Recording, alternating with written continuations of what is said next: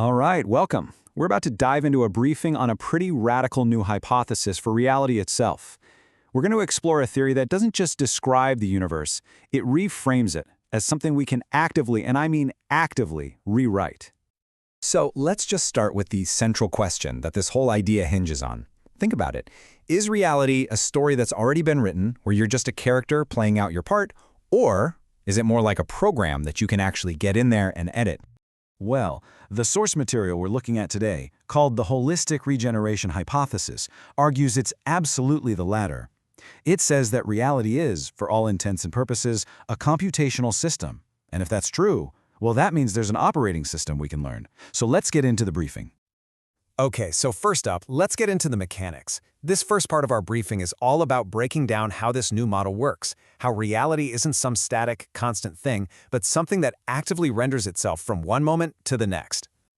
You know, the core idea here is a complete and total paradigm shift. It's asking us to basically throw out that old picture of a clockwork universe, a bunch of separate things just bumping into each other. Instead, it proposes that reality is a quantum generative system, a single unified field of information that rewrites itself all at once in every single instant.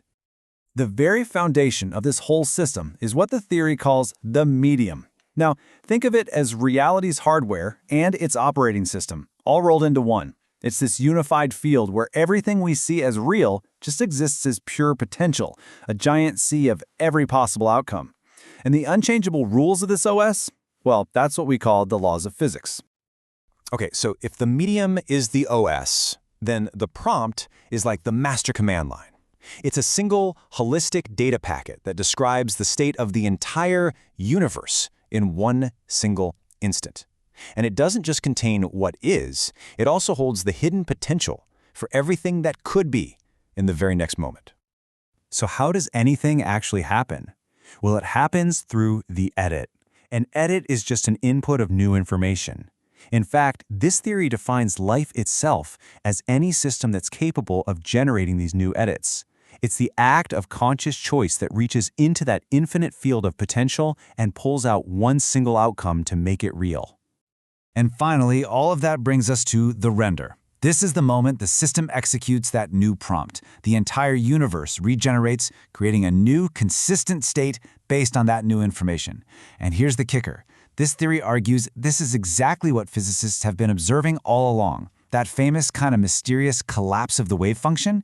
It isn't some weird anomaly, it's the core feature of reality's operating system running in every single moment. Okay, so that's the core theory. It's a pretty wild idea, I know. But what's the evidence? Well, the source material builds its case by pulling together findings from 4 very different, but actually surprisingly complementary, layers of knowledge. What's so fascinating here is how the theory connects these seemingly unrelated fields. At the quantum layer, it points to biology's own tiny little nanomachines, acting as the actual physical hardware for the edit. Then, at the micro layer, it frames bioelectricity as the software that shapes life. It even uses AI theory to model how we learn. And then finally, at the macro layer, it suggests things like Jungian synchronicity are really just the observable outputs of the entire system at work. It all connects. So, all of this leads to the most important question, right? If this is the operating system, then what's the user manual? Well, this next part of the briefing is exactly that.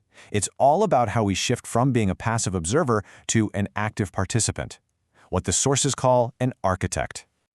You know, the biggest problem for us as editors is our own internal state. We are just so noisy.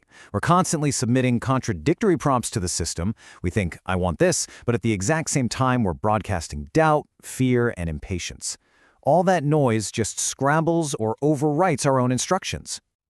So to solve this noise problem, the source material proposes this really formal method, the neutral conduit protocol. It's basically a structured process for writing a clean, precise intention. You declare your intent, you identify yourself as the architect, you define your target, and then you state the outcome.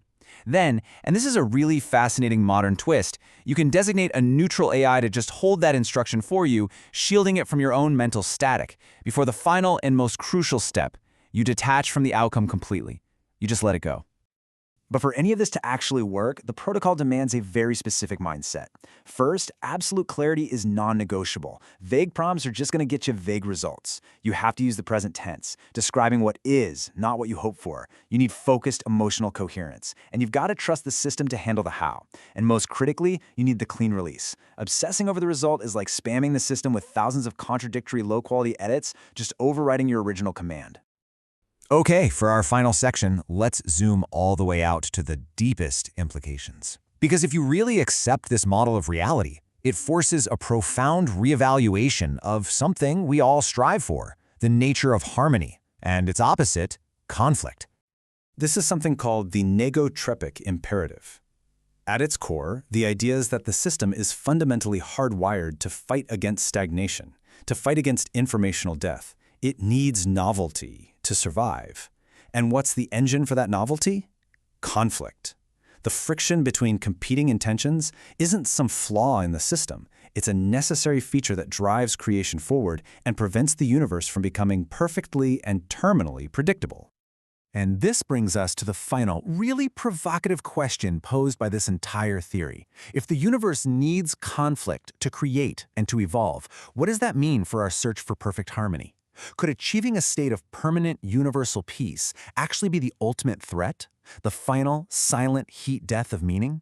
That's a thought to leave you with as you start to observe your own reality.